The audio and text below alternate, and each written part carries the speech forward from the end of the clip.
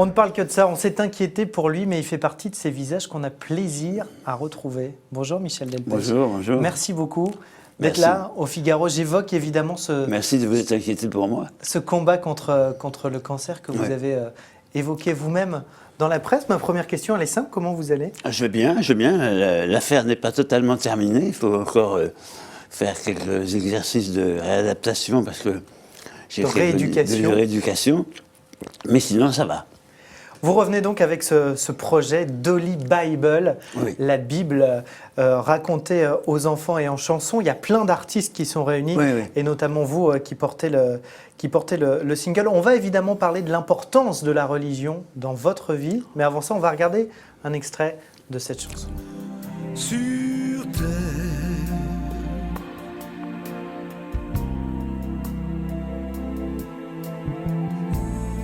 je viens vers toi, accueille-moi,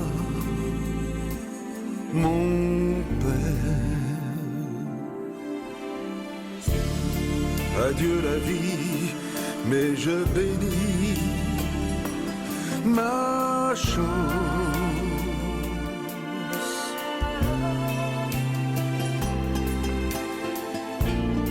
La vérité, l'éternité commence.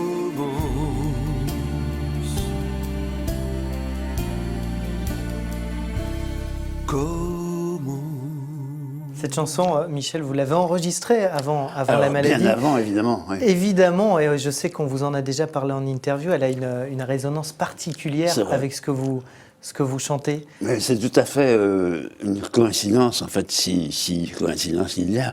Ça a été une espèce de... Enfin, moi, quand je l'ai entendu, du coup, c'est pas une espèce de choc, mais quand même. Oui, ça fait un drôle d'effet, quoi. C'est vrai. Ça vous a fait quel effet, vous? Moi, ça ne m'a pas fait d'effet parce que c'était enregistré depuis très longtemps. Mais là, quand vous l'avez réécouté... Quand j'ai réécouté, c'est pareil, c'était après avoir fait tout un tas de soins, mais de très longs, des soins de longue haleine. Donc ça ne m'a pas spécialement bouleversé, mais je sais que les gens qui ont travaillé sur le projet, qui mixaient la chanson, ont eu du mal à s'accrocher parce que ça leur évoquait autre chose. Quand vous parlez, voilà la fin de mon chemin sur Terre, forcément, oui, c'est glaçant. Ouais. Après ce que vous avez vécu, c'est un petit peu glaçant. Mais d'ailleurs, votre vie, elle a été remplie comme ça de chemins de traverse. Ouais, quand vous étiez petit, vous avez déjà failli... mourir, un accident avec un train qui aurait pu vous faucher. Il y a eu les accidents de la route. On a l'impression que vous avez toujours frôlé. C'est vrai, c'est exact.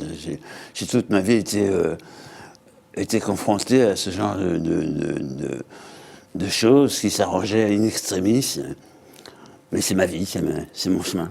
C'est le destin? C'est le destin, oui. La chance?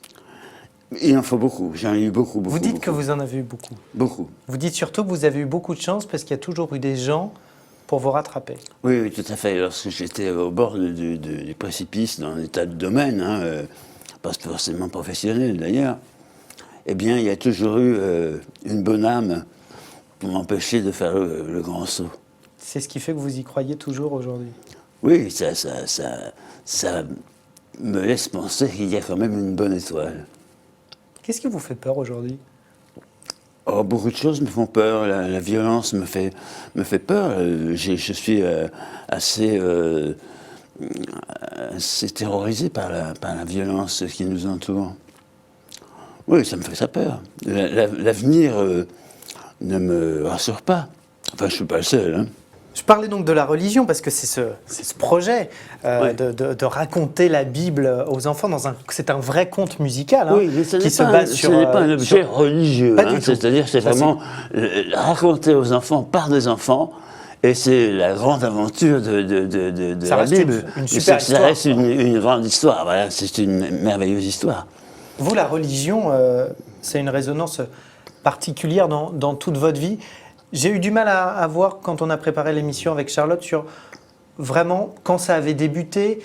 Il y a cette histoire de scène à Jérusalem où vous avez eu l'impression d'avoir une espèce de signe. Oui, j'ai l'impression d'une rencontre en fait. Ça s'est passé comment? C'est inracontable en fait. parce que c'était un instant avec un feeling particulier. J'étais au milieu des pèlerins, quoi. J'étais là en touriste, moi. Je n'avais pas fait de projet à l'avance. J'étais venu là passer quelques jours pour voir. Ouais. Et puis lorsque je suis entré dans le fameux Saint-Sépulcre, donc le lieu supposé de la mort de Jésus, j'ai été secoué, j'ai été bouleversé, j'ai été... d'un seul coup, je suis passé dans une autre époque de ma vie. C'est comme si c'était un point d'orgue. C'est-à-dire que tout ce qui s'était passé avant ce moment-là était caduque et j'entrais dans une nouvelle vie. Justement, si je devais vous poser une question très, très naïve, vous croyez en quoi? Je crois en Jésus-Christ. Je crois en Jésus-Christ, tout simplement. Je crois que c'est le maître absolu, que ce qui a été dit par lui et fait est le suprême. Et malgré tout ce qui vous est arrivé, vous y croyez? Ah oui, surtout parce qu'il m'est arrivé tout ça. C'est surtout ça qui fait que j'y crois. Comment vous l'interprétez quand même? Mais comment je l'interprète? Moi, je me dis qu'à votre place, j'aurais du mal à croire Ah oui, parce qu'en principe, on croit souvent quand on croit dans les moments les plus heureux, vous voulez dire. Mais moi, je ne pense pas. Je pense que les épreuves et les moments difficiles nous rapprochent des choses essentielles. Ça peut être... on n'est pas obligé d'avoir Dieu dans sa vie. Hein. On peut s'en passer si on vit de façon pleine et entière et juste. On n'a pas besoin de lui. Il est là pour ceux qui en ont besoin. Mais voilà, on n'est pas obligé d'être heureux pour se rapprocher du ciel. Vous diriez que vous êtes heureux aujourd'hui, justement? Je suis assez heureux dans la mesure où je suis intéressé par des choses qui me semblent intéressantes. Mais heureux, béatement heureux, non. Non. C'est un sentiment que vous avez déjà éprouvé? Très, très fugitivement, mais heureux en permanence, béatement heureux en permanence, ça me semble inaccessible et peut-être même douteux. C'est trop intime de vous demander quand vous avez été heureux? J'étais heureux dans des moments de grande réussite professionnelle, par exemple, la naissance de mes enfants, des choses fondamentales. Quand un disque a eu un très grand succès et qu'on ne s'attendait pas à ça, mais c'est une divine surprise. Et ça rend heureux. Et des concerts réussis, ça rend heureux aussi. Il y a plein de moments. Et l'amour dans votre vie? L'amour, bien entendu. L'amour retrouvé? Oui, absolument. C'est ça qui vous rend si heureux? Ah oui, ça, c'est ce qui m'a mis le moteur de nouveau en marche.